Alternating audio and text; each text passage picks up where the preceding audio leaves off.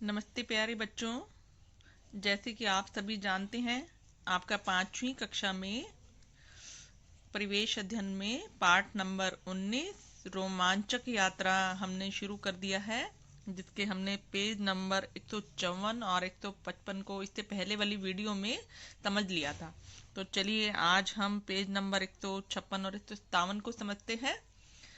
तो आप सबसे पहले यहाँ पर एक चित्र देखिए। ये आपको कौन सी लेडी का चित्र नजर आ रहा है? क्या आपने इससे पहले कभी देखा हुआ है? नहीं देखा होगा आपने, हो सकता है कुछ बच्चों ने देखा भी हो। चलिए मैं आपको बताती हूँ ये किसका चित्र है। ये जो चित्र है ये इनका नाम है बछेंद्री पाल। क्या नाम है इनका? बछेंद्री पाल। फिर से सुनिए, क्या नाम है इनका? बछेंद्री पाल। और ये कौन है? ये सबसे जो ऊंची चोटी है विश्व की, संसार की, माउंट एवरेस्ट, उस पर चढ़ने वाली पहली महिला है ये। कौन है ये? जो हमारी विश्व की सबसे ऊंची चोटी है माउंट एवरेस्ट, उस पर चढ़ने वाली ये महिला एवरेस्ट पहली महिला है।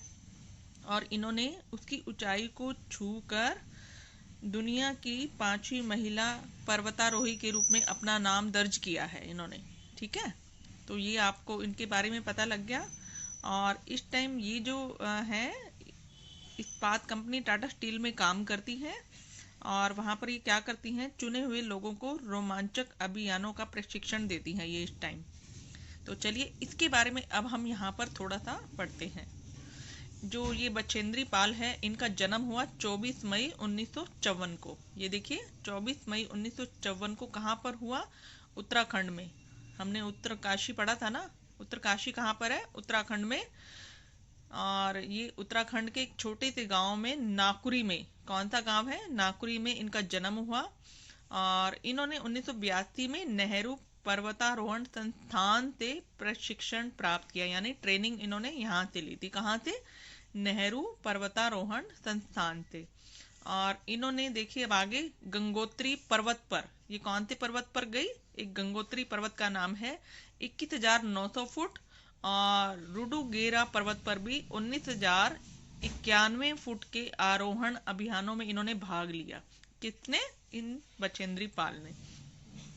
इनका मेन लक्ष्य क्या था? माउंट एवरेस्ट पर चढ़ना था। देखो इनके मन में एक विश्वास था कि किसी भी कार्य को करने के लिए हमारे अंदर विश्वास का होना बहुत जरूरी है, और विश्वास के दम पर ही व्यक्ति जो होता है अपने सपनों को सच करता है। और इसी सच को साबित करने के लिए, पूरा करने के लिए इन्होंने क्या किया? 1984 में विश्व की सबसे जो ऊंची चोटी है माउंट एवरेस्ट, ये जो आपको नाम लिखा हुआ दिखाई दे रहा है, यहाँ पर इन्होंने कदम रखा था। ठीक। और देखिए इनकी क्वालिटी क्या है, इनकी विशेषता, इनके अंदर असीम उत्साह और साहस था। देखिए अब भी है इनके अंदर असीम उत्साह, जोश, साहस।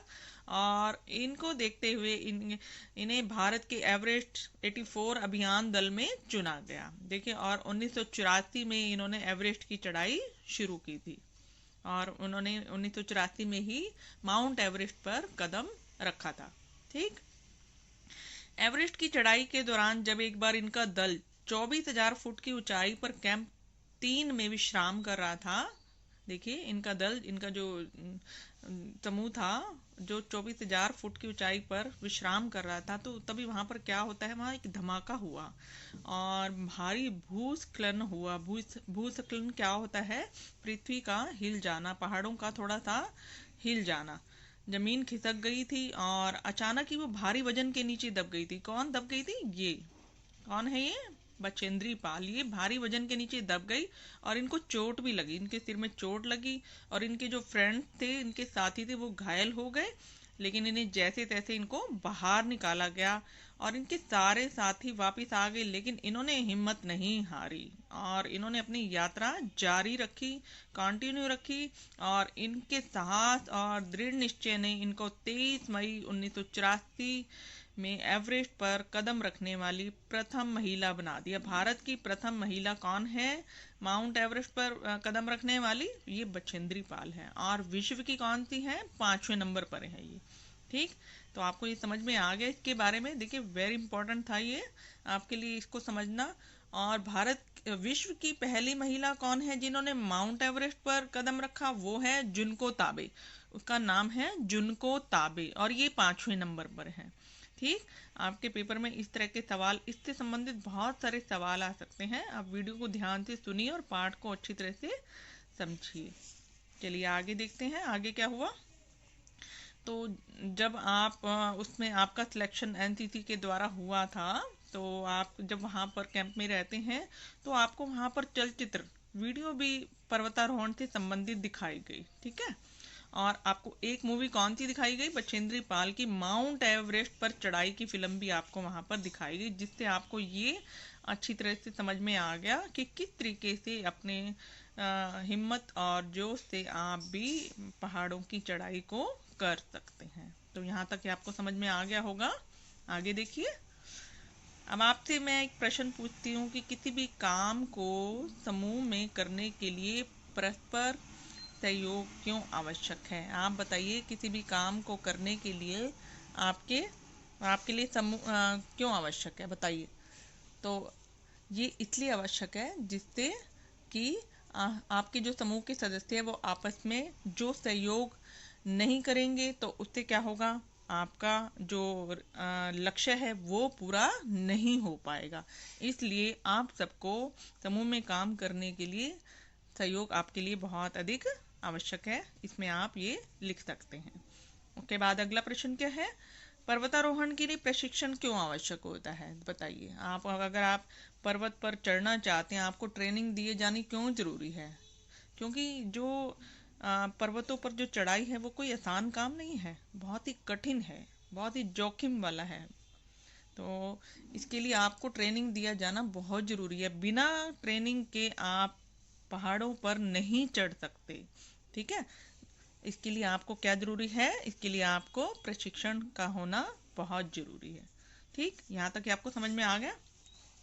अब आप अगला प्रश्न देखिए। बचेंद्री पाल के जीवन से संबंधित आपको कौन सी बात खास लगी, उसको आपने अपने शब्दों में बताना है। इसी को आप फिर से पढ़िए और आपने खुद अच्छी तरह से मुझे पढ़कर अपने शब्दों में बताना है कि आपको इनकी कौन सी बात बहुत अच्छी लगी। ठीक है, ये आपने खुद करके दिखाना है। के बाद अगला, और इनके जीवन से संबंधित कुछ अन्य घटनाएं भी आपने पढ़नी है और कॉपी पर लिखनी है। देखिए, आपके पास फ़ोन है, आप नेट से इसके बारे में सर्च कीजिए, आपको बहुत कुछ मिलेगा। जो और घटनाएं हैं वो आप लिखकर मुझे आप कॉपी पर दिखाइए और मेरे व्हाट्सएप पर मुझे भेज दीजिए। मैं चेक करके बताऊंगी कि आपने क्या सही लिखा है। ठीक है, अगला, फिर आपके ग्रुप ने निश्चय किया कि चढ़ाई के दौरान जो खाली रैपर्स हैं, आप पानी की बॉटल्स ले गए थे, खाने पीने का भी लेके गए थे ना, बॉटल्स वगैरह, वो वापस आते समय आप अपने साथ ही लाएंगे। ठीक है, आप रास्ते में नहीं गिराएंगे। ये बात तो आपने सीखी भी है ना, आपको क्लास में भी सिखाई जाती है कि जब भी आप कुछ भी खाते पीते हैं तो उसको आप कहाँ डालते हैं? डस्टबिन में डालते हैं ना। तो यही बात आपकी पॉजिटिव पॉइंट है। और ये क्या है, इसमें आपने क्या निश्चय किया कि ये सारी चीज़ें जो हैं आप वापस लेकर आएंगे। आगे देखिए, कदम बढ़ाए जा। अब 19 जून 2014 को आपका चढ़ाई अभियान शुरू हुआ। इसके लिए आप सब बहुत अच्छी तरह से रेडी थे, एक्साइटेड थे, और आपकी जो गाड़ी है वो बुक्की गांव के लिए रवाना होगी। कहाँ पर? बुक्की गांव के लिए। और रास्ते में आपको पहाड़ियों और पेड़ पौधे जो हैं वो आपको अपनी ओर आकर्षित कर रहे थे। आपको बड़ा मजा आया ना जब आप किसी गाड़ी में बैठते हैं, कहीं बैठते हैं तो आप बाहर की तरफ देखते हैं ना, बहुत अच्छा लगता है ना बाहर के दृश्य को देखना। तो आगे देखिए, फिर शाम को आप बुक्की पहुंच गए। फिर आपको रास्ते में भागीरथी नदी दिखाई दी। ठीक है, उसके दाएं किनारे पर स्थित बस अड्डे से जो 2 किलोमीटर की दूरी पर है। फिर 2 किलोमीटर की चढ़ाई चढ़कर आप कपड़ा शिविर स्थान पर पहुंचे। कहाँ पर पहुंचे? कपड़ा शिविर स्थान पर। वहां आपने आराम किया और आपने इस यात्रा का बहुत ही आनंद लिया। ठीक, आगे फिर अगले दिन फिर आपने फिर चढ़ाई शुरू कर दी और आपकी पीठ पर 10 से 15 किलोग्राम वजन था, वजन का सामान था। ठीक है, कितने का? 10 से 15 किलोग्राम आपके बैग में सामान था ना। जो सामान क्या क्या है वो अभी आप आगे देखिए। कौन कौन सी वस्तुएं थी आपके पास? आपके बैग में पानी की बोतल, बहुत ज़रूरी है पानी की बोतल, रस्सी जिसके सहारे आप चढ़ेंगे, हुक जो आप यूज करेंगे आगे, प्लास्टिक शीट जिस पर आप बैठेंगे, टॉर्च लाइट का होना बहुत ज़रूरी है, सीटी जब आप कभी इधर उधर हो जाए, अपने ग्रुप से अलग हो जाएं, तो आप सीटी पे जाकर बताएंगे कि आप अलग हो गए हैं, टॉर्च जलाकर भी, और तौलिया आपके पास होना ज़रूरी है, साबुन भी, कैमरा जिससे आप मेमोरीज रखेंगे, फ़ोटो क्लिक करेंगे, और हवा रोकने वाली जैकेट जिसको आप विंड शीटर बोलते हैं, ठीक है। हवा रोकने वाली जैकेट इसका होना बहुत ज़रूरी है, क्योंकि जो जो आप ऊंचाई पर जाते जाएंगे तो तापमान में गिरावट होती जाएगी, इसके लिए जैकेट होना बहुत ज़रूरी है। ग्लूकोज, अगर आपकी तबीयत ख़राब हो जाती है तो ग्लूकोज का भी आपके बैग में होना बहुत ज़रूरी है। और सबसे ज़रूरी क्या है, first aid box. First aid box क्या होता है, दवाइयों वाला एक डिब्बा जिसके अंदर अगर आपको चोट लग जाती है, पट्टी दवाई वगैरह जो होती है, जिसका होना बहुत ज़रूरी है। और कुछ खाने पीने का सामान, तो ये कितने 10 से 15 किलोग्राम वजन का आपके पास सामान, ये सारी चीज़ें आपके बैग में होनी बिल्कुल ज़रूरी हैं। ठीक, आगे चलते चलते आप थक गए, आपने बिस्कुट खाए, और थकान और पीठ दर्द के कारण आपको कठिनाई हो रही थी, तो आपने क्या किया, अपने थोड़ा सामान अपने अपनी फ्रेंड सुमन को दे दिया। फिर आपको पता लगा कि पर्वतारोहण में एक दूसरे का सहयोग और टीम वर्क कितना जरूरी है। देखिए, अब आपको पता लग गया ना कि ये हम अकेले पर्वत पर नहीं चढ़ सकते, इसके लिए हमारी टीम का होना भी जरूरी है, एक दूसरे के साथ, और आपके सहयोग का होना बहुत जरूरी है। और आपका जो ट्रेनर थे, आपके प्रशिक्षक थे, उन्होंने आपकी हिम्मत बढ़ाई, आपका जोश बढ़ाया, आपको बार बार कहा कि नहीं, कुछ नहीं होगा, आप आगे बढ़ते जाइए, और आप मजबूत इरादे से आगे बढ़ते गए। ठीक, ये भी आपको समझ में आ गया। उसके बाद आगे आपसे अब आपसे प्रश्न पूछा जा रहा है कि पहाड़ों पर कचरा ना फैले, इसके लिए आप क्या सुझाव दोगे, बताइए।